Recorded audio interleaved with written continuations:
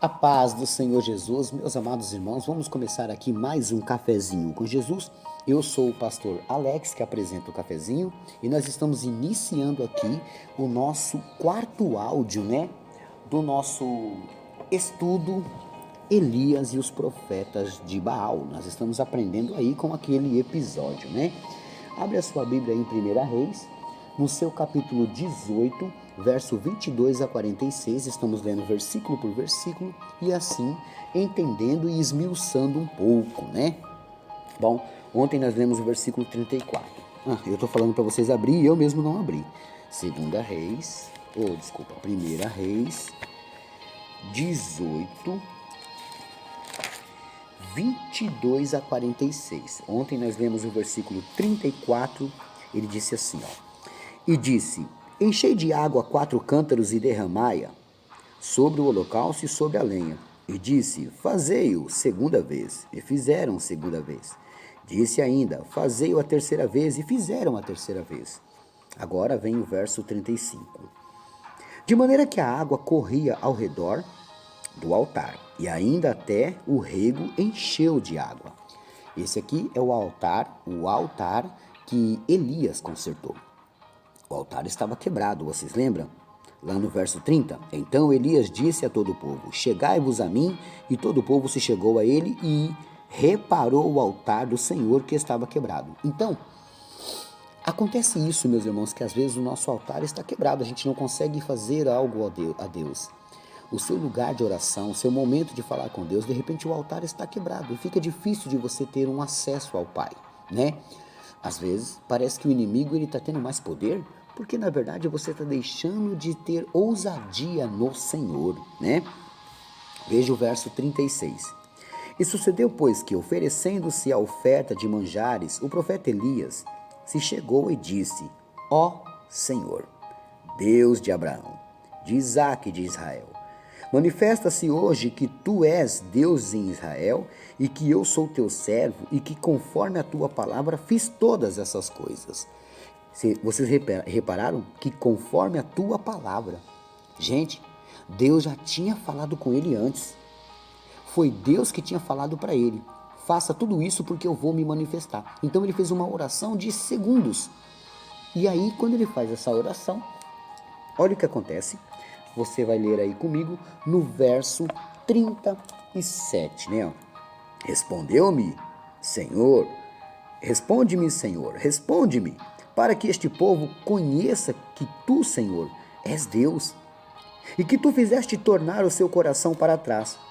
Então, no verso 38, o que aconteceu? Caiu fogo do céu.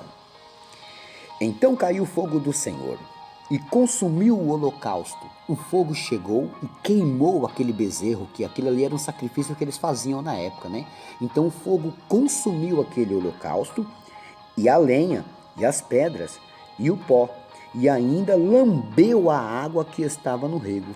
Significa que o fogo que desceu, ele consumiu tudo aquilo e ainda lambeu a água. É como se dissesse assim, Deus desceu, comeu e bebeu para provar que ele era com Elias.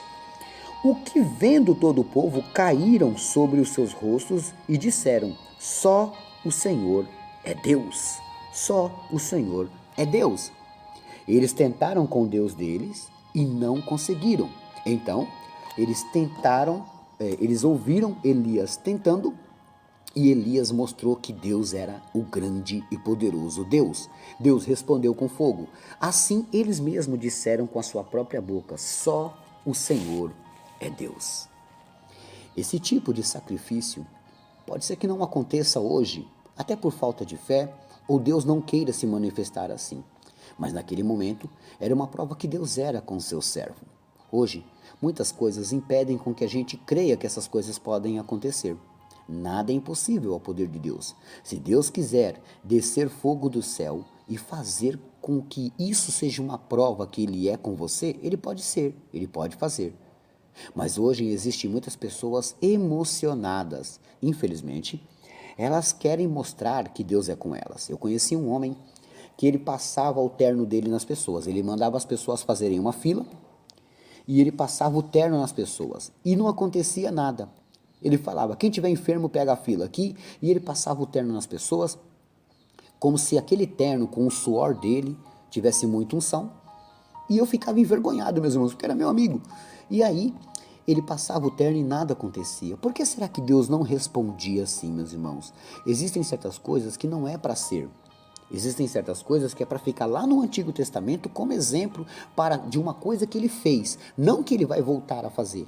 Deus se manifesta como ele bem entender. Ele não precisa que você fique buscando glamour. Se Deus é comigo, o fogo vai descer agora. Deus não precisa disso. Tem muito homem aí que acha que pode fazer esse mesmo clamor de Elias. Gente, Elias era comedor de arroz e feijão que nem a gente. Só que Elias tinha uma intimidade com Deus diferente da gente, tá? Comer feijão e arroz ele podia até comer, mas intimidade com Deus, talvez a gente ainda não alcançou.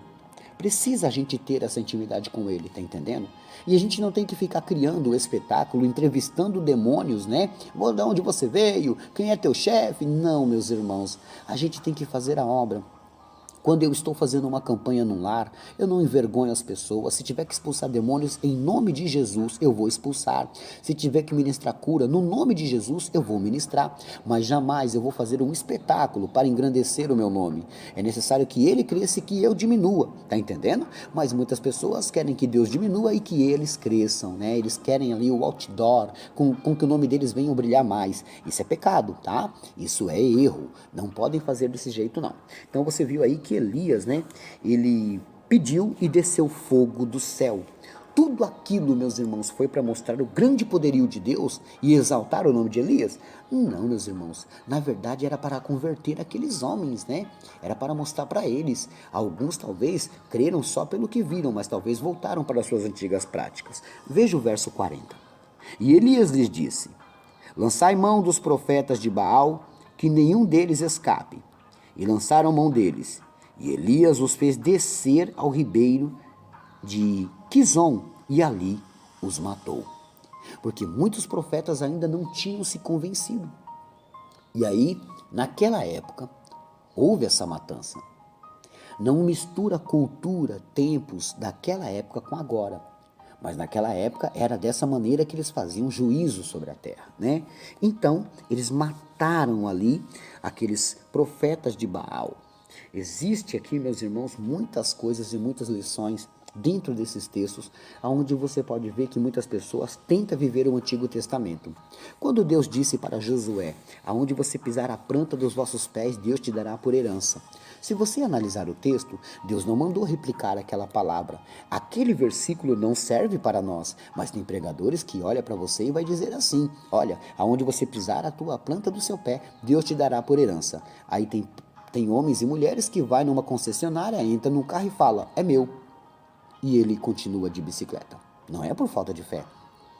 É que não pode misturar as coisas.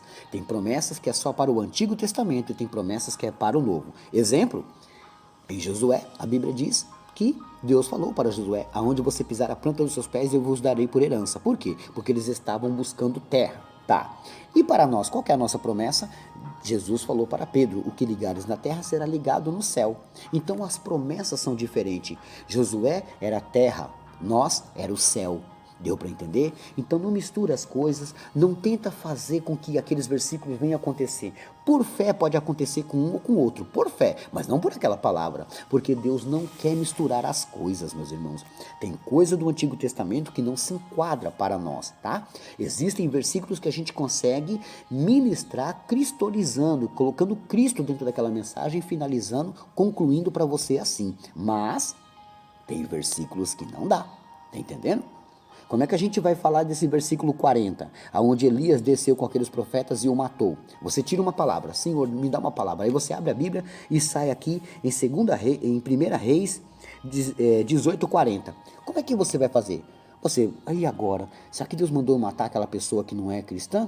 Aí você vai traduzir a palavra dessa maneira e vai querer assassinar aquela pessoa? Errado. Você tem que entender. Eu, particularmente, mal gosto de tirar uma palavra para mim. Eu gosto muito de falar com Deus em oração e ouvir Deus falar comigo. Mas, muitas das vezes, você pode tirar uma palavra e interpretar errado. E se você interpretar errado, fará caca. Bom, nós paramos por aqui. Hoje é o penúltimo áudio. Por hoje é só. E amanhã tem mais, né? Anote aí a lição de casa, meus irmãos. A lição de casa de hoje é Romanos 12:14. Romanos 12:14, né? Eu quero aqui desejar um feliz aniversário para a pequena princesa Emily Vitória. Ela faz 10 anos hoje, né? E é a minha ouvinte também. Ela escuta o Cafezinho com Jesus com a mamãe dela, a Ana Paula. Então eu quero mandar um abraço para a Ana Paula, um feliz aniversário para a princesa Emily Vitória e um abraço para a vovó Francisca, lá da Paraíba. Que Deus abençoe grandemente vocês, tá? Emily, feliz aniversário. Seu nome é quase igual ao da minha filha. Minha filha se chama Kemily, né? Bom, hoje também é aniversário da Sabrina Mota, lá da cidade de Simões Filho, lá na Bahia. Um abraço para o Rafael. Então, Sabrina, feliz aniversário, que Deus te abençoe grandemente, né? Pastor, como é que eu faço para mandar um feliz aniversário? Você me dá o nome da pessoa, a cidade, não é o nome completo não, só o primeiro nome, a cidade, né? E a data que ela vai fazer aniversário. Pastor, eu tenho um grupo, então faz uma listinha de aniversariantes e manda para mim. Aí eu vou sempre ali mandar um feliz aniversário para cada um, tá vendo? Como que é gostoso a gente fazer isso? A gente pode fazer com que pessoas recebam um feliz aniversário naquele momento de ouvir um cafezinho, né? Bom, eu peço para vocês visitarem o canal do meu amigo Gustavo Brandão, tá? Ele tem vários louvores maravilhosos lá, principalmente um chamado Fé, tá bom? Meus irmãos, eu vou fazer um aviso aqui, ó. Só essa semana me colocaram em 4 grupos, tá?